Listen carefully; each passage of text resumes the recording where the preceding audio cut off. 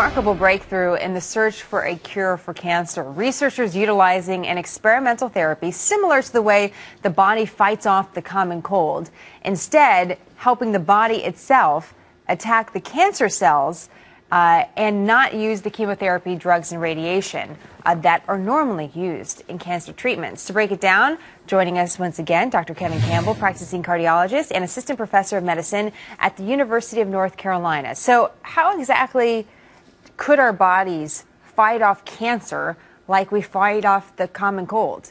Well, there's certain immune cells in our body with our immune system that attack viral infections like the common cold. These cells are called T cells. And what happens in this particular situation, in this experiment that we've talked about today, is that we pull these T cells out of the body of a patient with cancer.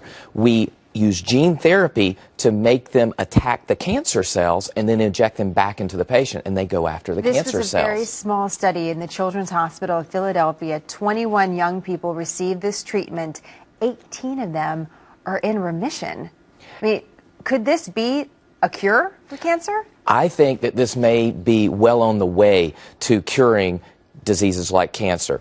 I think of it as personalized medicine. We're using your genetic material to fight off this particular cancer. This was done in leukemias, and in some children, they're seeing no cancer at 3 years. Not everyone, but the results look very promising. They also tried it in adults. 37 adults, this is Penn scientists, 37 adults with leukemia, 12 went into complete remission, 8 more into partial remission.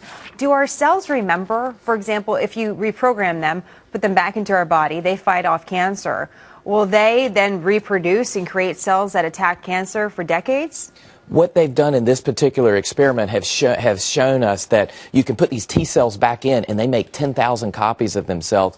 And when they looked at the blood and the bone marrow of these patients down the line, they still had those T cells that remembered to fight against this particular cancer cell.